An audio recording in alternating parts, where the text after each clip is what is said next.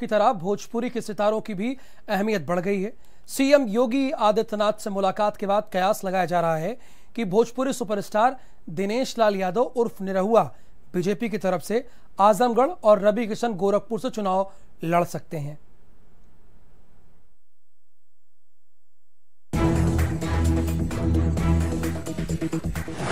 पूर्वांचल की लड़ाई में भोजपुरी स्टार, सितारों के सहारे सियासत में आर पार, किसको भारी पड़ेंगे फिल्मी ठुमके। तो इतना हिम्मत कि एगो पुलिस वाला के हाथ पकड़ाता रे। हाथ ना, जरूरत पड़ी तो कॉलर पकड़ ले।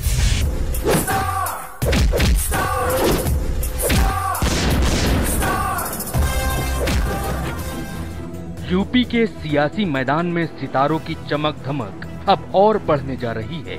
अभी तक मैदान में बीजेपी से हेमा और जया प्रदा थीं। अब भोजपुरी फिल्मों के बड़े सितारे भी संग्राम में आने को तैयार हैं।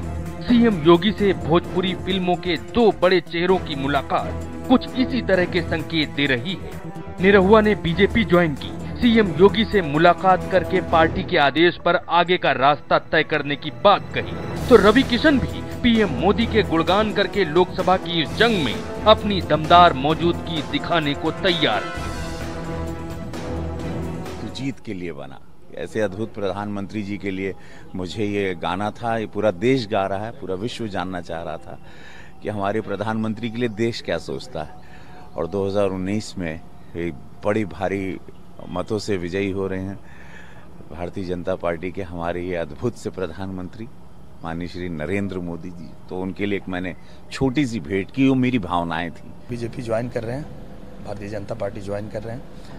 आगे जो भी पार्टी का आदेश होगा उस हिसाब से चलेंगे, करेंगे। हम जो है वो भारतीय जनता पार्टी के साथ हैं। हम भी चाहते हैं कि देश में जो है फिर से नरेंद्र मोदी जी प्रधानमंत्री बने और इसलिए हम जुड़ रहे हैं। और आगे जो भी आदेश होगा हर कदम हम साथ में रहेंगे।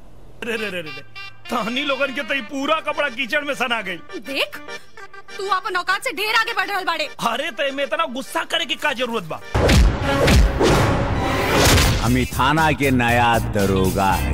पहले ये कहा जा रहा था कि गाजीपुर से ताल्लुक रखने वाले निरहुआ अखिलेश यादव के संपर्क में हैं और वो समाजवादी पार्टी में शामिल हो सकते हैं, लेकिन अब वो बीजेपी में हैं। ये भी कहा जा रहा है कि निरहुआ आजमगढ़ सीट से बीजेपी के उम्मीदवार बन सकते हैं।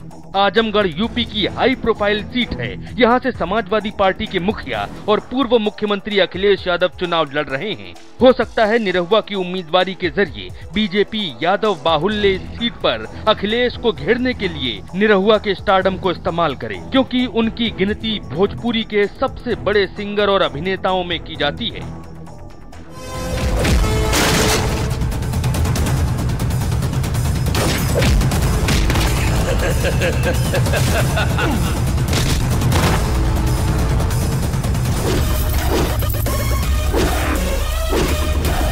बलात्कारी लोगन के खातिर दरोगा ना जल्लाद है हम। वहीं जौनपुर से कांग्रेस के टिकट पर चुनाव लड़ चुके भोजपुरी के एक और बड़े सितारे रवि किशन को इस बार बीजेपी अपना उम्मीदवार बना सकती है। कयास ये भी है कि पूर्वांचल की सबसे वीआईपी सीट गोरखपुर से बीजेपी उन्हें मैदान में उतार सकती है। उपचुनाव में सीएम योगी की सीट पर बीजेपी को हार मिली थी। रवि किशन के बयान और तेवर भी बता रहे हैं कि सीट कोई भी मिले, रवि किशन जंग के लिए तैयार हैं। साल 2014 में रवि किशन ने कांग्रेस पार्टी ज्वाइन की थी और हार के बाद उन्होंने साल 2017 में कांग्रेस का दामन छोड़कर बीजेपी का हाथ थाम लिया था।